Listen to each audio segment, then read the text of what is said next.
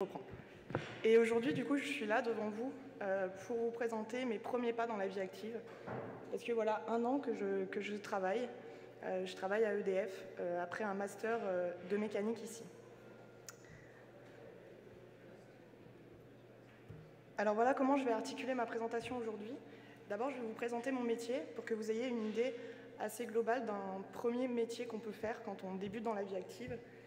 Alors, je suis mécanicienne, je fais partie de la secte des mécaniciens, mais c'est pas pour autant que je vais noyer peut-être un autre public qui est peut-être pas un public de mécanique ici. Donc je présenterai mon métier à travers des missions et des activités clés, plus que parler de Newton. Je vous parlerai ensuite de mon parcours universitaire, parce que j'ai fait mes 5 ans d'études ici, donc comment je suis arrivée jusque-là. Et puis après, il y aura un volet un peu plus personnel, où je vous présenterai mon stage et mon entrée dans la vie active d'une manière un peu plus informelle, en répondant à des questions que je pouvais me poser à l'époque quand j'étais étudiante, qu'on me pose encore, que mes amis étudiants me posent encore. Voilà. J'espère que je vous donnerai des clés, des conseils et que je vous rassurerai pour ce forum. Alors comme je vous le disais, je suis ingénieur d'études en mécanique à EDF, plus particulièrement au Septen. Je vous présenterai juste après. Je suis en CDD donc de 1 an et demi. J'étais au départ un CDD d'1 an, que j'ai été prolongé 6 mois, depuis octobre 2015, donc dans la foulée de mon stage de fin d'études que j'ai aussi fait au même endroit à EDF. Alors je pense qu'il n'y a peut-être pas besoin de présenter EDF de manière détaillée. Vous savez tous que c'est un pilier dans la production, dans le transport et la distribution d'électricité. Mais plus particulièrement, moi, je travaille dans le nucléaire, dans l'énergie nucléaire. Et EDF, c'est un acteur clé de l'industrie nucléaire mondiale. Alors, EDF a des centrales nucléaires.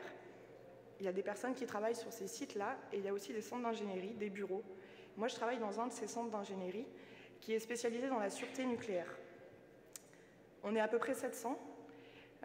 Et notre job, c'est de démontrer la sûreté des installations nucléaires du moment où elles sont conçues jusqu'à la fin de leur exploitation. Alors la sûreté, c'est à différencier de la sécurité, c'est juste un petit point de culture. C'est vraiment l'ensemble de tout ce qu'on peut mettre en œuvre pour protéger une centrale, et une centrale d'une part, l'homme et son environnement, sur tout le long de la vie de la centrale nucléaire. Alors, je vous disais que j'allais vous présenter mon métier, mes missions et mes activités clés. Alors, je vais présenter vraiment les activités principales. Alors, je vous disais que ça faisait 1 an que j'y étais. Les 3 premiers mois, j'ai passé ma vie à faire cette activité-là. Aujourd'hui, ça occupe plus que 20% de mon temps. C'est ce qu'on appelle la surveillance ou la fourniture d'avis. Alors, qu'est-ce que c'est ? Vous, comme moi, je l'ai fait à l'époque. On a des TP, on a des TD, et parfois on doit faire des rapports. Alors je ne sais pas si on le dit dans les autres formations, mais en méca, on appelle ça des BE. Ça occupe beaucoup de temps. Hein, on a l'impression de passer notre fin de master à faire que ça. Alors ces rapports, nous, on les appelle des notes d'études. Elles sont faites par les fabricants de centrales, par exemple, ça peut être Areva, ça peut être d'autres fabricants. Elles sont faites par aussi d'autres centres d'ingénierie d'EDF. Et puis, elles peuvent être faites aussi par des bureaux d'études. Et nous, notre job, je vous disais qu'on travaillait dans la sûreté, c'est de vérifier leur conformité et le fait qu'elles soient justes. Donc pour ça, il y a plusieurs activités et plusieurs choses qu'il faut faire. D'abord, il faut prendre en compte le contexte.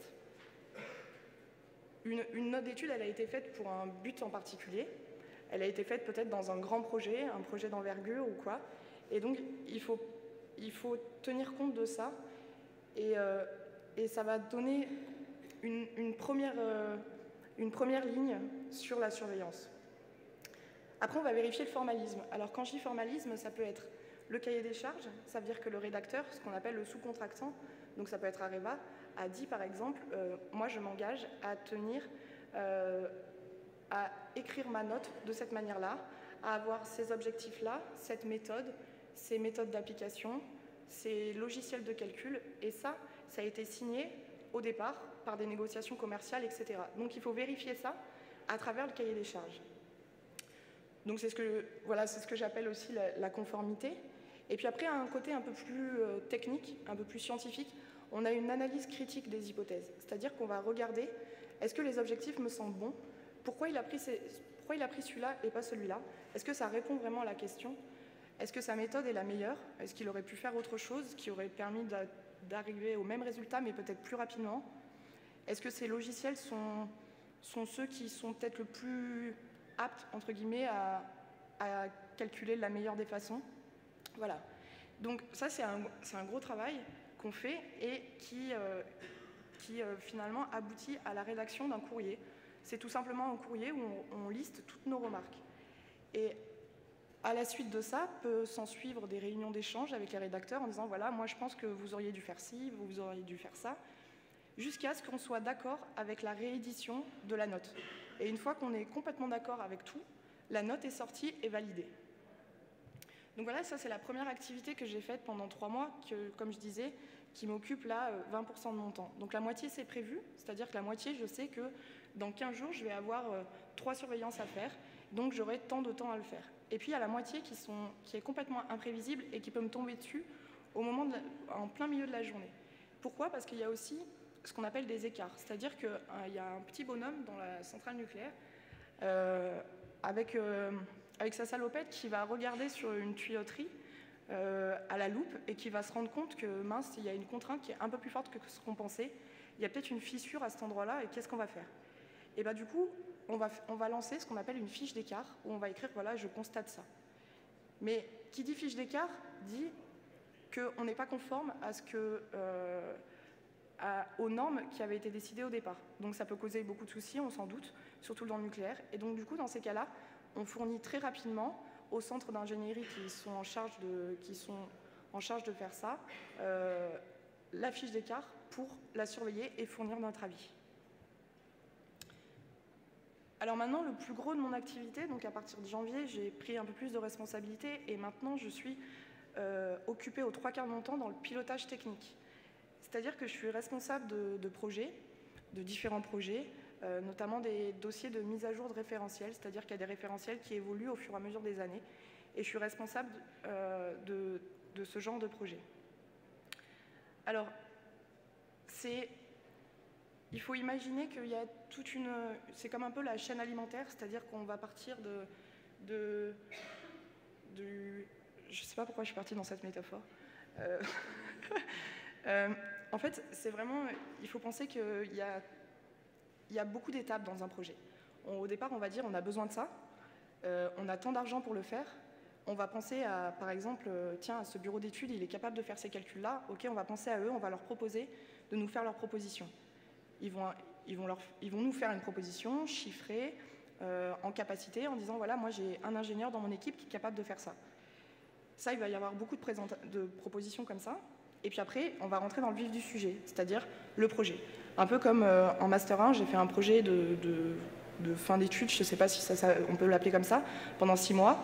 Ben voilà. Au départ, on avait notre encadrant qui nous a dit, voilà, on a ces objectifs-là, on a ces méthodes-là, et ben dans 15 jours, vous venez me voir, et si vous avez un peu avancé, vous me direz, et vous me présenterez peut-être quelque chose à travers un diaporama, une note, etc. C'est exactement pareil dans la vie active, c'est-à-dire qu'il y a des projets, sauf que les projets sont sur 5, 10 ans, avec des millions et des millions d'euros derrière, mais la finalité est à peu près la même. Donc pour résumer ma pensée, il faut donc analyser tous les documents techniques et tous les documents support. Ce que j'appelle support, c'est un peu tout ce qui est autour, le cahier des charges, le cahier des prescriptions techniques, enfin bon, ça c'est un peu du jargon qui va vous perdre. Et puis après, le côté un peu technique, donc c'est ça, je voulais vous rassurer de ce côté-là, on me pose souvent la question, est-ce que tu fais de la technique dans ton travail? Est-ce que c'est pas seulement signer des trucs, faire des réunions et puis dire ok, mon étude elle coûte 2 000 € ou elle coûte 3 000 €. Non. 70% de mon temps c'est de la technique où je dois réfléchir et je dois faire travailler mes neurones. Je ne dis pas que quand on signe un papier on ne travaille pas nos neurones, mais bon. Donc ce que je disais, la technique c'est à travers toute une réflexion sur la modélisation. Le degré de simplification, parce que on connaît bien cette phrase, le temps c'est de l'argent. Donc un bureau d'études peut très bien faire les choses, mais peut nous présenter 1 milliard d'études pour finir par dire, en fait, c'est celle-là qui est intéressante. Et donc nous, notre job, ça va être de les guider là-dessus et de dire, voilà, on pense qu'il suffit que vous fassiez 3 études et ça va nous permettre de répondre à notre question de départ. C'est ce qu'on appelle aussi l'optimisation. Et derrière ça, il y a toutes les hypothèses à retenir. Quelles hypothèses sont les meilleures à prendre? Et puis il y a un échange, c'est-à-dire que je suis en interaction, puisque c'est peut-être un bureau d'études, un fabricant de générateurs de vapeur pour le coup, moi je travaille là-dedans, fabricant de centrales nucléaires pour résumer, ou un autre centre d'ingénierie. Je travaille en interaction avec eux. Donc, qui dit interaction dit qu'on va avoir des échanges. Et eux vont nous dire, ouais, d'accord, vous êtes gentils, mais nous, pour faire ces calculs-là, on a besoin de ces données. On a besoin de ces données d'entrée, et nous, on ne peut pas les deviner, on ne les a pas. Donc, ok, donc nous, en interne, on va réfléchir, on va se réunir, et se dire quelles données on peut leur donner. On ne va pas les noyer avec 40 données, alors qu'ils n'en ont besoin que 2. Alors, en gros, pour simplifier. Et puis, évidemment, les explications techniques, donc ça peut être des coups de téléphone, oui, bonjour, vous m'avez envoyé ça, mais j'ai rien compris, est-ce qu'on peut se réunir pour en parler? Oui, d'accord, ok, on se réunit, ou on fait un courrier, ou voilà. Et puis, dans le pilotage technique, il y a aussi la surveillance, donc ça revient à la première activité, mais cette fois-ci, la surveillance des livrables de ces projets. Les livrables, c'est la pièce finale d'un projet, une note d'étude, par exemple. Et puis, ma dernière activité, qui occupe 10% de mon temps cette fois-ci, c'est le pilotage contractuel. Alors, c'est ce qu'on pourrait vulgairement appeler la paperasse. C'est-à-dire que c'est organiser les réunions, suivre les avancements des projets, faire des comptes rendus de réunion, faire des... Voilà, se dire, tiens, cette personne-là, elle a bossé en particulier sur ce matériau. Moi, j'ai pas la compétence sur ça, mais je pense que ça pourrait être judicieux qu'il soit là. Et ben ok, je lui en parle, je lui présente le projet, je lui dis, voilà, demain ou dans une semaine, ce serait bien que tu sois à la réunion. Voilà, c'est ce côté un peu paperasse. Et puis, il n'y a pas que la paperasse, il y a aussi les négociations commerciales, je vous en parlais. Le temps, c'est de l'argent, donc il faut tout chiffrer, tous les projets. Et donc, on est toujours comment dire, soutenu par des ingénieurs commerciaux ou technico-commerciaux. Et dans ces cas-là, notre job, c'est de dire, je pense que c'est un travail où 20% du temps peut être fait par des ingénieurs débutants. Donc un ingénieur débutant, ça coûte tant à l'heure. Et puis le reste, c'est 40% d'ingénieurs expérimentés. Et puis après, voilà, c'est des seniors.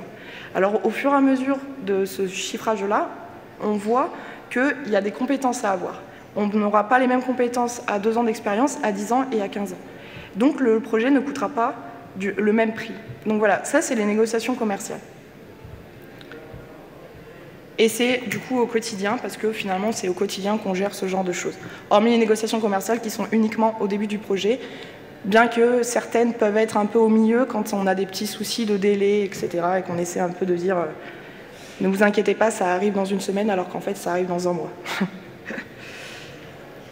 Alors, maintenant que j'ai présenté mon métier d'aujourd'hui, je vais vous dire comment j'ai fait pour arriver jusque-là et quel a été mon parcours.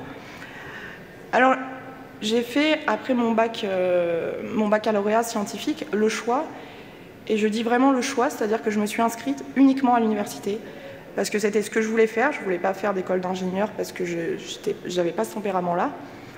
Donc, honnêtement, je ne l'ai pas regretté, sinon je ne serais pas là devant vous, je serais en train de pleurer dans ma chambre. Mais voilà, en gros, j'ai commencé par une licence de maths et informatique en 2010. Les maths parce que j'adorais ça.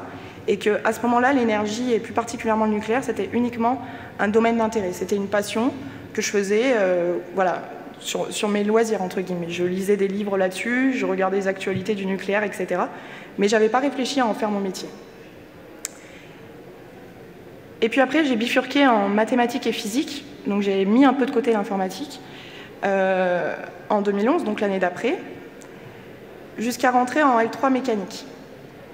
C'est là que je me suis dit, ah ouais, en fait, ce que j'aime faire et ce qui m'intéresse, bah, je pourrais peut-être en faire mon métier. Donc j'ai continué, et j'ai continué en master mécanique en 2013, donc je suis rentrée en mécanique énergétique et génie acoustique, je crois que c'est quelque chose comme ça, mais je crois que ça a changé de nom, je suis déjà vieille. Et puis après, voilà, le cursus a continué, donc le M2 en 2014. Alors le M2, il fait en 6 mois de cours et 6 mois de stage. J'ai eu la chance de trouver mon stage à EDF en décembre 2014, qui a commencé donc en avril 2015 pour 6 mois. Alors maintenant, si on se concentre un peu plus sur mon stage, je vous disais qu'il il y aurait un volet un peu plus personnel, un peu plus témoignage. J'ai essayé de lister des questions qu'on peut se poser en tant qu'étudiant quand on cherche un stage et puis surtout quand on arrive le premier jour dans l'entreprise. Alors, une première question, comment j'ai décroché mon stage? Alors, je l'ai trouvé, je pense que c'est dans toutes les formations, les responsables de formation ou les professeurs envoient souvent des mails avec des propositions de stage. Alors dans ces cas-là, il y a deux publics. Il y a un public qui me dit « Ouais, elle est gentille avec sa proposition de stage, mais ça ne m'intéresse pas du tout. » Par exemple, il y a de la CAO, moi je ne veux pas en faire. Ou celui qui va foncer dedans et qui va se dire « Ouais, c'est parfait, j'ai moins besoin de me fouler, je vais y aller. » Alors, je dirais au premier public que c'est pas comme ça qu'il faut fonctionner. On peut avoir des propositions de stage qui ne nous plaisent pas, on a le droit d'avoir des compétences requises qui ne nous intéressent pas. Mais ce qu'il faut bien se dire, c'est que si ces stages ont été envoyés, c'est qu'ils ont été ciblés dans notre formation. Alors, peut-être que le stage en lui-même ne peut pas plaire, mais ce qu'il faut faire, c'est par exemple, si c'est une entreprise, je donne un exemple, pas du tout pour mettre en avant mon entreprise, mais par exemple EDF. Si par exemple on a un stage d'EDF, on se dit « Ouais, mais ce stage-là ne me plaît pas ». C'est pas grave. Allez sur le site internet, regardez les partenaires d'EDF, vous allez avoir une liste par exemple, et peut-être que dans cette liste-là, quand vous allez aller sur le site internet, vous allez trouver un stage qui va vous plaire. Et ça, c'est un bon moyen d'avoir une bonne base de partir comme ça. Parce que c'est, d'une part, une entreprise intéressante, un secteur d'activité qui correspond à votre formation, et puis souvent, moi ça a été le cas pour moi, les stages qui sont proposés sont aussi souvent reproposés les années d'après parce que l'année d'avant, il y a eu un stagiaire de la même formation. C'est-à-dire que moi, j'ai pris la suite d'un stagiaire, enfin d'un étudiant qui était la promo en dessous de moi. Après, une chose un peu bateau, mais qui est hyper importante, c'est de préparer en profondeur son entretien. Un entretien, quand on arrive en entretien, il faut répondre à une question. Ils ne vont pas vous la poser directement, mais c'est qui vous êtes. Et si vous ne vous êtes pas posé cette question avant, vous n'arriverez pas à expliquer la personne que vous êtes aujourd'hui et pourquoi c'est vous qui doit avoir ce stage, pourquoi c'est vous qui doit avoir ce métier. Et comment on répond à cette question? C'est pas seulement en se disant quelles sont mes 3 qualités, mes 3 défauts, c'est en se disant pourquoi j'ai fait ce choix à ce moment-là, comment j'ai appris ça. J'ai mis que je savais utiliser, par exemple, le logiciel Console. Comment j'ai su, en fait, comment je m'y suis prise pour y arriver ou pour échouer. On a le droit de parler de ses échecs. Voilà. Il faut se poser des questions autant personnelles. Demandez à vos amis comment vous me voyez, à votre famille, comment vous me voyez. Quand je suis face à une situation de conflit, tu trouves que je réagis comment? Et comment tu penses que je pourrais m'améliorer? Ça, c'est hyper important de savoir qui vous êtes et, entre guillemets, comment tendre à une amélioration pour donner ces clés à la personne qui sera en face de vous. Et puis, évidemment, pendant l'entretien, montrez votre intérêt. C'est-à-dire qu'il faut essayer de voir un entretien pas comme un interview de journaliste où on répond à la télé, comme ça. Il faut que l'entretien se transforme en une discussion, en un échange. Et pour faire ça, il faut rebondir. C'est-à-dire que la personne va vous poser une question, vous répondez, et vous en reposez une autre. Et au fur et à mesure, peut-être que moi j'avais mon futur chef et mon futur tuteur en face de moi, ils avaient une liste de questions, ils en ont posé 2, et après ils ont complètement oublié de poser le reste des questions. Alors du coup, moi, ma première réaction, c'est quand je suis sortie de l'entretien, qui avait duré 1 heure, j'ai appelé ma mère et je lui ai dit « j'ai complètement raté l'entretien, quoi. » Parce que j'ai l'impression d'avoir raconté ma vie plus que de m'être vendue. Et elle m'a dit « Si ton entretien s'est passé comme un échange et comme une discussion, alors ça veut dire que c'est gagné. » Généralement, ce qu'elle dit, c'est vrai. C'est pas que je défends pas ma mère, mais quand même un peu. Et ouais, voilà, elle a eu raison. 2 semaines après, on m'a dit que j'étais prise. Alors, une deuxième question voilà, qu'on me pose souvent, c'est est-ce que mes études, ça sert? Est-ce que ça sert que je me tue, entre guillemets, au travail ou que je fasse CBE pour les mécaniciens qui sont devant moi? Alors, moi, je dirais oui, parce que j'ai répondu à un stage qui correspondait à ma formation. Donc oui, complètement, mes études m'ont servi. Si j'avais fait un master de chimie, je n'aurais jamais réussi. Et pas seulement, c'est-à-dire que j'ai pas uniquement utilisé, j'ai pas utilisé dans son intégralité toutes les compétences, c'est forcé. Mais par contre, il faut bien prendre en compte que les études, ça nous permet de développer une manière de réfléchir, une manière d'être polyvalent. C'est-à-dire que, je me rappelle, en Master 2, on a été noyés dans des TP à faire dans 15 000 logiciels différents, et on se disait, mais ça sert à quoi? Et bien en fait, quand j'ai commencé mon stage, je me suis dit, ah ouais, en fait, ils avaient raison de faire ça. Parce que du coup, on est hyper polyvalent et on arrive beaucoup plus facilement à faire des connexions entre nos compétences. Entre des compétences qu'on a apprises en L2, on va se rappeler qu'on avait appris ça et puis qu'on avait réfléchi de cette manière-là. On va se dire, ah oui, moi j'ai un logiciel mais qui ne correspond pas à celui que j'ai appris en cours, mais c'est pas grave, j'ai été habitué à être polyvalent et à me dire, ok, c'est comme ça qu'il faut que je prenne en main un logiciel. Donc il faut identifier ces acquis qui sont conséquents en qualité et en quantité pour arriver au mieux à utiliser ces études. Et puis il peut y avoir aussi un volet où on prend un stage qui est peut-être pas forcément, comment dire, dans la ligne évidente de la formation. Par exemple, j'ai dans l'idée quelqu'un qui va faire un stage un peu plus axé commercial, par exemple. Et bien, comme je le disais, il ne va peut-être pas utiliser toute la technique de ses études, mais il aura utilisé sa manière de réfléchir, son autonomie, voilà. Alors ça, c'est quelque chose aussi d'important, c'est que on a tendance, quand on sort des études, en se disant ouais, moi c'est frais dans ma tête, donc la personne qui a 50 ans en face de moi et qui me dit que c'est pas comme ça, que c'est comme ça qu'il faut faire les choses, et moi j'ai pas du tout appris comme ça, on peut se dire mais d'où il sort lui, il a eu son diplôme, j'étais même pas née, ça a peut-être évolué. Non. Les personnes en face de vous, elles auront tout à vous apprendre, et nous, on est, entre guillemets, un petit bébé dans l'entreprise. Donc on doit tout apprendre et être humble face à ce qu'on sait. Mais rien n'empêche de dire, par exemple, à son tuteur qui va nous apprendre quelque chose qui nous étonne, de lui dire « mais moi, j'ai pas appris comme ça, et pourquoi et comment, du coup, pourquoi moi j'ai appris comme ça, et comment je vais faire pour faire autrement ?» Et là, vous montrez que vous êtes intéressé, que vous savez vous remettre en question, et vous apprenez. C'est ce que je disais, donc apprendre à être polyvalent et à poser les bonnes questions. Vous n'allez pas aller voir... Justement, le stage, c'est un peu un apprentissage de l'ingénieur. On ne va pas aller voir notre tuteur tous les quarts d'heure en disant j'ai essayé de faire ça, j'ai essayé de faire ce que tu m'as dit, mais ça n'a pas marché, donc je viens te voir. Non, pas tous les quarts d'heure. C'est-à-dire que vous essayez plusieurs fois d'autres manières, etc. Et au bout d'un moment, oui, vous allez le voir et vous lui dites voilà, j'ai pas réussi. Mais posez les bonnes questions pour que lui, il ait envie de vous aider. Parce que si vous allez le voir toute la journée, à la fin, il dira... même quand la question sera hyper importante, il vous dira « ouais d'accord, bah, réfléchis un peu et puis reviens me voir ». Il vous le dira peut-être pas de cette manière-là, mais il va vous expliquer très rapidement et ça ne va pas vous faire avancer. Une deuxième question, c'est est-ce que pendant mon stage, j'ai été considérée comme une élève ou comme un ingénieur? Et combien de temps on met pour s'approprier un peu le sujet? Alors, je vais vous raconter quelque chose. Pendant mon entretien, mon futur tuteur, donc je ne savais pas que ça allait être mon tuteur, à la fin de l'entretien, m'a dit « si jamais je te prends comme stagiaire, tu ne seras pas ma stagiaire, tu seras une ingénieure de l'équipe. » Alors je me suis dit ah, « putain, il rigole pas celui-là.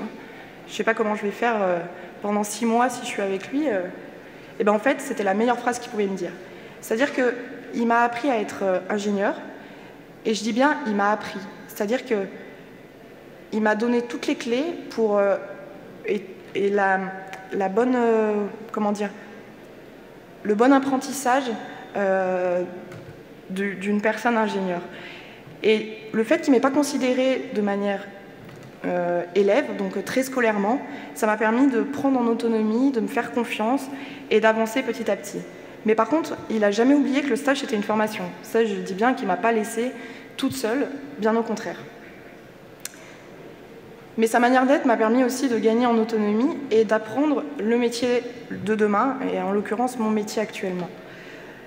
Alors vous allez vous dire, oui mais moi j'aurais peut-être pas le tuteur qu'elle a eu. Alors après, à vous de le transformer, c'est-à-dire à vous de montrer que vous êtes là comme un ingénieur dans l'équipe, que vous voulez participer aux mêmes choses et être considéré de la même manière.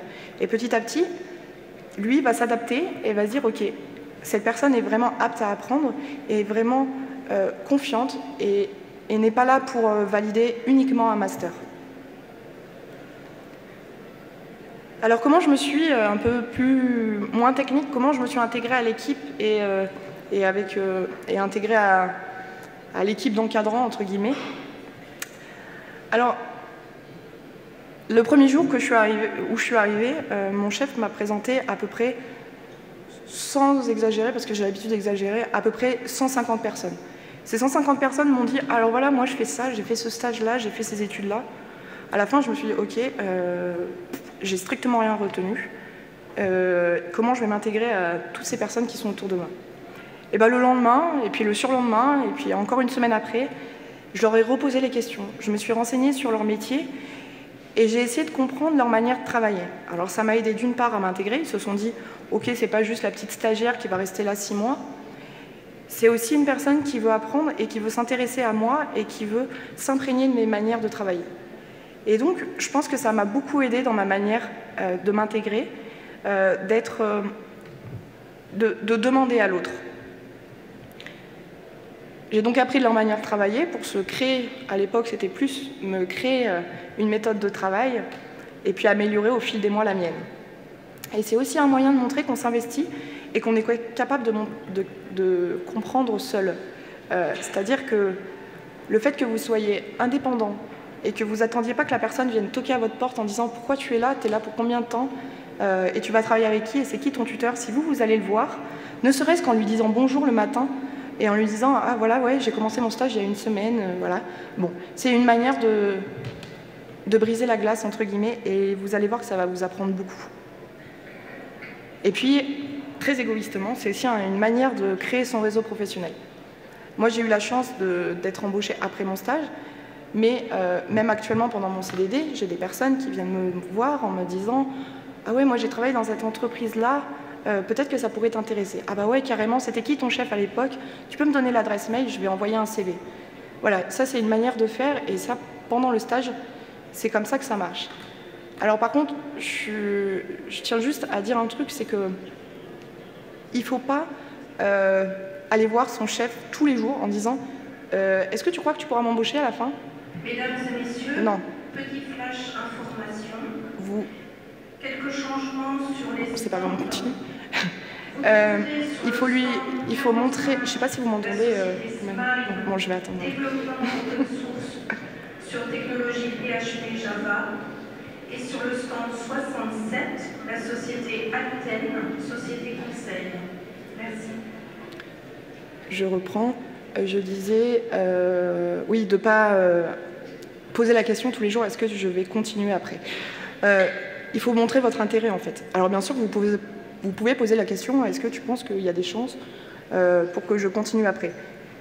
Et la réponse, il ne va pas vous la donner tout de suite. Dans sa tête, il va se dire, on verra bien ce que cette personne fait et si cette personne est capable. Je ne dis pas que quand on n'est pas embauché après son stage, ça veut dire qu'on n'est pas capable. Ça veut dire qu'il n'y a pas eu l'opportunité à ce moment-là. Mais si l'opportunité est présente dans l'entreprise, il ne vous le dira pas le premier jour. Ou d'une manière un peu biaisée. Alors si je devais faire un bilan professionnel, un bilan personnel sur mon stage, je dirais que j'ai vraiment profité de cette chance d'apprendre un métier, un secteur d'activité, une entreprise, pendant 6 mois en étant guidée. C'est-à-dire que j'ai eu l'impression de faire une période d'essai d'un travail, en fait. D'avoir droit à l'erreur, et d'avoir le droit de m'être trompée, entre guillemets, mais sans que ça prenne des proportions plus importantes après. Et puis, à la fin de mon stage, je me suis posé la même question qu'au début, en préparant mon entretien.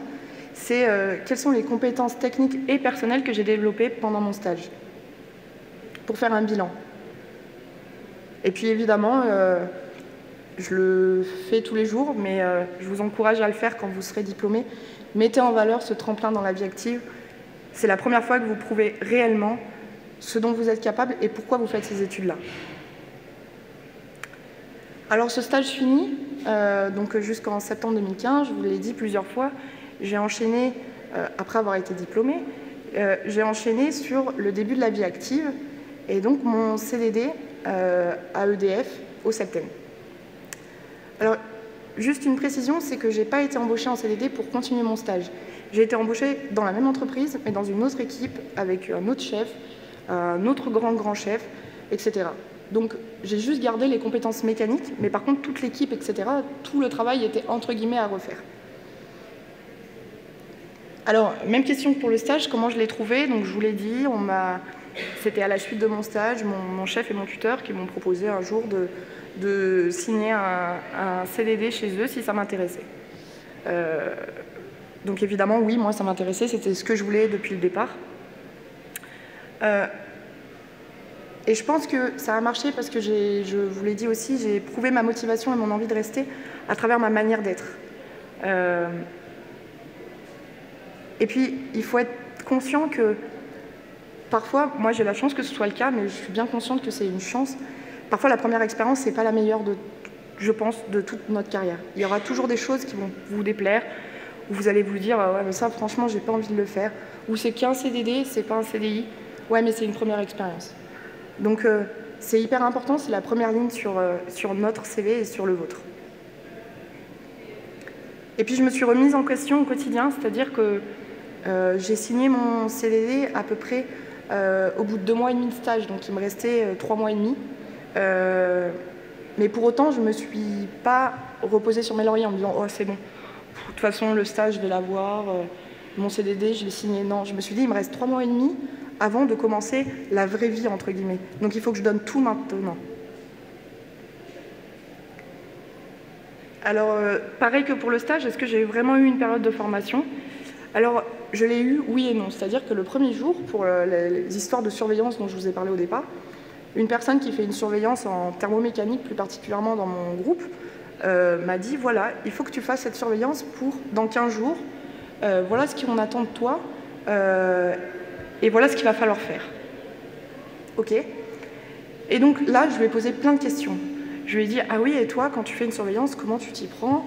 Est-ce que tu peux me montrer des travaux similaires? Est-ce que tu peux me présenter à des personnes qui font aussi de la surveillance? Et quand tu as commencé la surveillance, comment tu as fait? Voilà, quelles questions tu te poses, etc. Et donc, ça a été finalement ça, ma période de formation. Et j'allais le voir régulièrement. Depuis, je l'appelle mon mentor, il en est très fier. Je vais le voir régulièrement en lui disant tiens, là, j'ai un souci sur ça. Comment toi, tu t'y prends? Parce que moi, je ne sais pas, j'ai cette idée-là, mais est-ce que tu penses que c'est la bonne? Et lui va me dire oui ou non et va me guider. Donc c'est ça a été ma formation. Alors la charge de travail, le stress, est-ce que je suis noyée sous mes notes? C'est évidemment, hein, je ne vais pas vous cacher que parfois on est stressé, mais c'est la vie. Mais une clé que je vous donne et qui m'a permis d'ouvrir énormément de portes, c'est de faire des to-do list. C'est-à-dire que tous les lundis matins, quand j'arrive au travail, je fais une to-do list en listant ce que j'ai fait la semaine d'avant, ce que je dois faire et ce qui est urgent. Et donc, au fur et à mesure de la semaine, je suis dédouanée de ce stress de me dire « Pétard, il faut que je garde en tête ça, il ne faut pas que je l'oublie. » Non, je sais que c'est noté sur mon cahier. Et donc, à la fin de la semaine, ça me permet de faire un bilan et de savoir ce que j'ai fait ou ce que je n'ai pas fait. Alors, il y a des semaines où on ne va pas pouvoir organiser notre travail en termes de jours, mais plutôt en termes de demi-journée, d'heures, parce que ce sera le feu, etc. Mais c'est pas grave. Gardez quand même une to-do list heure par heure, c'est pas grave. C'est une manière aussi d'apprendre à prioriser ses tâches, parce que du coup, on va se rendre compte que peut-être quelque chose qui est listé sur notre cahier peut être fait beaucoup plus rapidement que ce qu'on pense, ou cette chose-là est hyper importante et urgente. Donc, on va se dépêcher à le faire et puis à prioriser. Mais avant de prioriser, il ne faut pas donc foncer tête baissée en faisant ce choix-là de prioriser cette tâche. C'est-à-dire aller voir votre manager en disant ouais, voilà, moi j'ai tout ça à faire, ça tombe à peu près, les dates de rendu tombent à peu près au même moment, comment je peux faire pour y arriver? Et lui, il va vous dire bon, bah, je pense que ça c'est plus important que ça, donc fais comme ça. Messieurs, votre attention s'il vous plaît. Dans 5 minutes, à 10h40, il y aura la conférence donnée par Madame Nina Youssef Issa, ingénieure qualité de la société Manisens, en salle 1. Donc, conférence traitant du métier d'ingénieur qualité au sein d'une entreprise de biotechnologie. Donc, je rappelle, à 10h40, en salle 1. Merci. Bon, j'ai bientôt fini, puis j'aimerais bien que, si vous avez des questions, que vous y répondiez, donc je me dépêche. Que j'y réponde plutôt. Alors, mon autonomie, liberté de travail, est-ce que j'en ai? Est-ce que je peux prendre des décisions? Alors, ça, c'est en prenant des initiatives. C'est, encore une fois, on ne va pas vous la donner tout de suite, l'autonomie.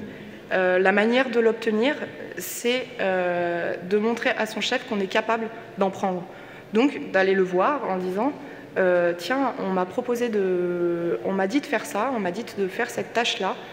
Moi, j'aimerais bien la faire de cette manière-là et je pensais même qu'on pourrait peut-être aller plus loin et faire ça aussi. » Et lui va se dire « Ah ouais, mais en fait, elle est capable de prendre des décisions et c'est bien. » Alors, au début, peut-être qu'on ne proposera pas les choses de la meilleure des façons, mais au fur et à mesure, votre manager ou vos encadrants vont se dire « On peut lui faire confiance. » Et puis, ça passe donc par le fait d'informer son manager régulièrement des faits marquants, un peu comme à son tuteur. On ne va pas le voir tous les jours en disant ce qu'on a fait. On va le voir pour les faits marquants. Alors, si je devais faire un bilan personnel et un bilan professionnel, je dirais que c'est vraiment, ça a été dit pendant le discours d'accueil, c'est une très très bonne manière de... Enfin, mon CDD actuellement est une très bonne manière de m'insérer professionnellement. Et mon stage l'a été aussi, je l'ai dit. Un gros aussi enrichissement personnel et professionnel. J'ai eu l'impression d'avoir appris énormément de choses, autant sur moi-même que sur mes compétences techniques. Et puis, on peut se positionner beaucoup plus fort sur le marché du travail après une première expérience, quelle qu'elle soit, même un CDD de 3 mois. Alors, j'en ai fini pour mon travail. Maintenant, je vais faire une petite pub de mon stand. Je tiens un stand toute la journée, donc si vous avez d'autres questions, vous pourrez venir me voir. Même si vous n'êtes pas une femme, parce que c'est donc le stand Women in Nuclear, qui est une association pour les femmes dans le nucléaire, donc qui sert à promouvoir et encourager les jeunes femmes, tout comme les moins jeunes, à se lancer dans les secteurs d'activité et ne pas avoir peur, entre guillemets, d'être une femme. Je vous en parlerai plus si vous voulez pendant le stand, mais même les garçons, n'hésitez pas à venir me poser des questions sur cette conférence. Et donc voilà, pour ma conclusion, je dirais juste, ayez confiance en vous, ayez confiance en vos études. L'université, c'est une formation extraordinaire et que je ne regrette pas du tout. Alors voilà, vous êtes sur les starting blocks, il n'y a plus qu'à. Merci de votre attention et j'écoute vos questions.